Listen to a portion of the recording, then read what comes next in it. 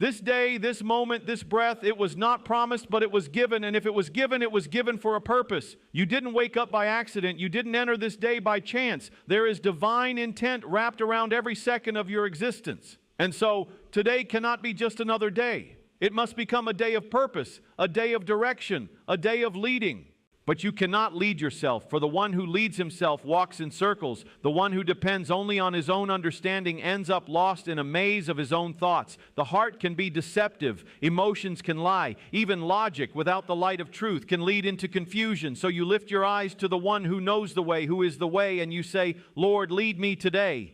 There is something sacred about waking up to a new day. It is more than the turning of the clock or the rising of the sun. It is the breath of life filling your lungs once more, a quiet reminder that you have been entrusted with more time for a reason. You are not here by chance. The moment your eyes opened, the heavens whispered purpose over you.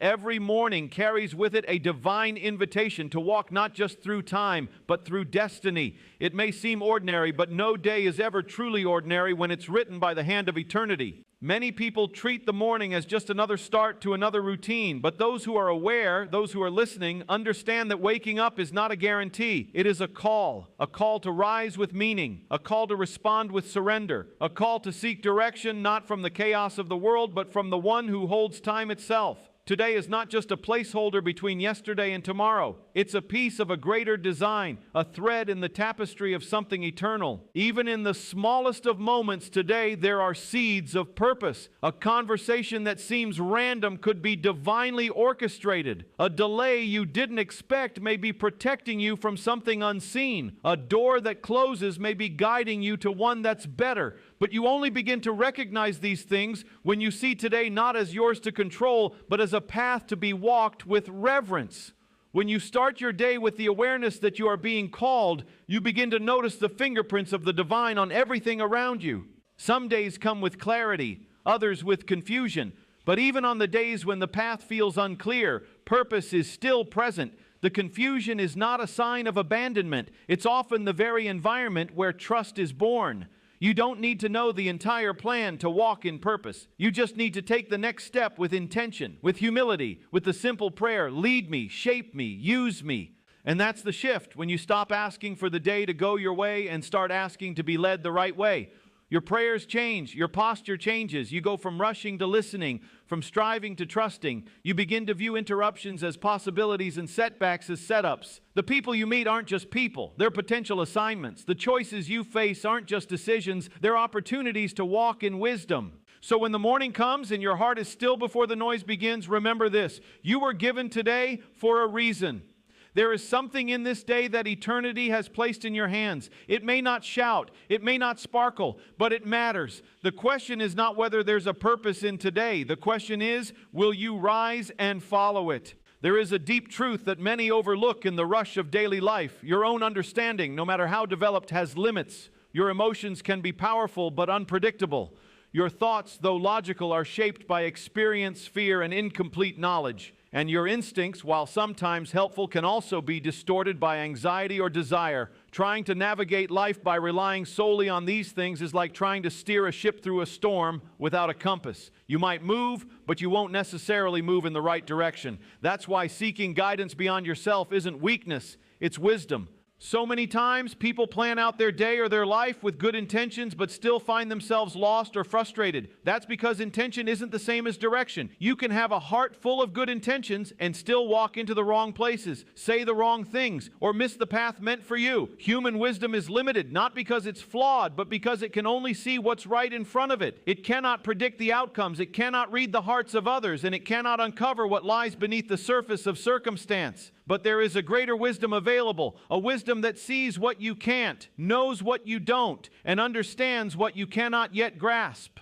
Choosing to be led rather than simply leading yourself requires humility. It's a surrender of your need to control and a recognition that you don't have to carry the weight of every decision alone. This is not about abandoning your thoughts or ignoring logic. It's about inviting clarity that goes beyond logic. It's about opening yourself to insight that isn't limited by what you know or feel. It's the difference between reacting and being guided. One leads to exhaustion, the other to peace. You may have dreams, goals, and plans laid out in your mind, but without divine divine guidance, even the most carefully built vision can fall short. That's not because your goals are wrong, but because the path to them may not be what you expect. Guidance can redirect your steps, not to take something from you, but to protect you from a misstep that could cost more than you realize. What feels like delay could be redirection. What looks like rejection could be protection. What seems confusing could be preparing something better than you've imagined. Learning to live with this level of trust doesn't happen overnight. It comes from the daily choice to pause, to ask, to listen. It's in the quiet moments before the decisions, before the conversations, before the reactions. It's the practice of stepping back and saying, I don't want to just do what feels right. I want to do what is right. And that posture, open, humble, and seeking, invites a kind of wisdom that doesn't just lead you through the day. It leads you into purpose, alignment, and peace. Not because you have all the answers, but because you followed the one who does. Peace is one of the most precious things a soul can carry through a chaotic world. And yet, many people chase it in all the wrong places. They seek it in control, in certainty, in the illusion of having every step figured out before taking it. But the truth is, peace doesn't come from having all the answers. It comes from trusting the one who does. There's a kind of peace that defies circumstances, that exists even when everything around you seems unstable. That peace comes not through striving, but through surrender.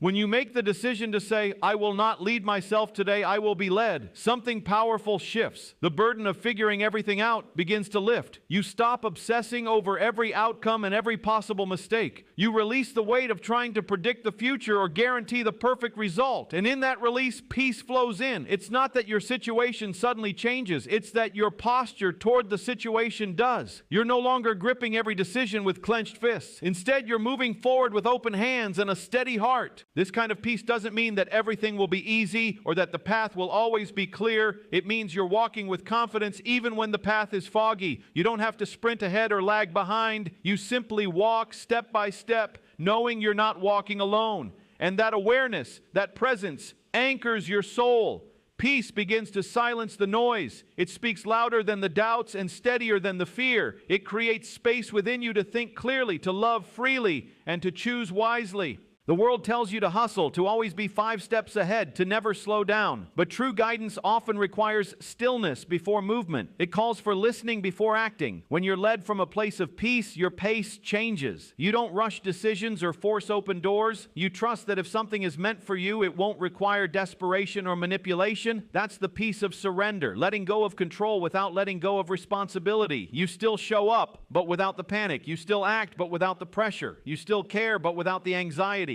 This peace doesn't eliminate your emotions. It anchors them. You can feel sadness without sinking into despair. You can face uncertainty without losing your stability. You can be stretched and still stay centered because you know that you're not leading blindly, you're being led intentionally. And that kind of peace is more powerful than any plan. So when the pressure rises and the questions come, pause, breathe. Remember that peace is not the absence of problems, it's the presence of trust. And when you choose to surrender your need to control every detail, you make room for the kind of peace that guards your heart and carries you forward, even when you can't yet see the road ahead. When you choose to be led rather than to lead on your own, something profound begins to happen. Your steps gain weight, your choices gain purpose, and your day is no longer just a string of events, but a path woven with meaning. It is easy to go through the motions, to live on autopilot, checking off tasks and moving from one moment to the next. But that kind of living is shallow. It leaves you feeling empty, wondering if you're actually making a difference or just existing. When you are being led with intention, however, even the smallest actions carry eternal value. Every step becomes an opportunity. A conversation isn't just about words, it becomes a chance to speak life. A delay is not just an inconvenience, it might be protection or preparation. A task is not just work. It becomes an offering of your time and energy. There is no such thing as meaningless when you walk with purpose. Every moment matters because it's part of a larger picture that you may not fully see, but are still a vital part of. This is the transformation that takes place when you invite direction beyond your own. There is power in knowing you don't have to figure it all out. When you're led, you release the pressure of trying to create outcomes. You're not driven by fear of missing out or fear of making the wrong move. Instead, you move with confidence that the one who sees the full path is guiding each of your steps. And this changes how you approach your day. It brings calm to decisions. It brings meaning to interruptions. It brings purpose to ordinary moments. This also builds consistency. When you live led by purpose, you stop swinging between extremes, between burnout and apathy, between overambition and fear of failure. You begin to walk steadily, knowing that the direction you take is not just reaction, but intention. That kind of rhythm isn't rushed, it's focused, it's strong, and it sustains you in the long run. You don't have to question if what you're doing matters, because you know each step is aligned with something higher than yourself. When the day ends, you look back not with anxiety or regret, but with peace. You may not have accomplished everything you planned. You may not have had a perfect day, but you know you followed where you were supposed to go, and that's enough, because fulfillment doesn't come from perfection. It comes from alignment. When your steps are aligned with purpose, even an imperfect day becomes a victorious one. Living this way isn't about grand achievements. It's about faithfulness in the daily. It's about showing up with intention and walking with sensitivity. It's about trusting that every interaction, every pause, every decision can carry the weight of eternity when it's led by something greater than your own will. So step into each day, not just to survive it, but to walk it with purpose. Because when you're led, every step counts. When you wake and step into a new day, it is not just time passing, it is purpose unfolding. You were not created to wander aimlessly or carry the weight of every decision alone. You were made to be led, to walk in step with a wisdom higher than your own. When you choose to begin your day with surrender, saying, "Lord, lead me today," you invite peace where there was pressure, clarity where there was confusion, and strength where there was fear. You no longer live reacting to life, but responding to guidance. And in that posture, every step begins to matter, even the small ones, even the slow ones, because they are directed by the one who sees the full picture. So walk forward with trust. Let go of the need to control. Embrace the stillness. Listen to the whisper and follow the path set before you. You are not alone. You are being led, and that changes everything.